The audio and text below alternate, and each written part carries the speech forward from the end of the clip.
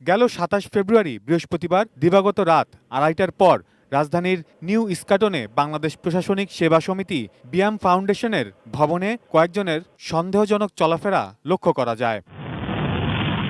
কিছুক্ষণ পরেই ভবনের একটি কক্ষে বিস্ফোরণ। ঘটনাস্থলেই নিহত হয় আব্দুল মালেক খান নামে বিয়ামের অফিস সহায়ক। দগ্ধ হয় ফারুক নামে আরেক যুবক।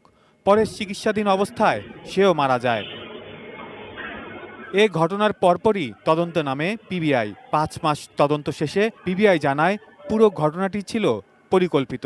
মূল পরিকল্পনাকারী সহ গ্রেফতার করা হয় ২ জনকে।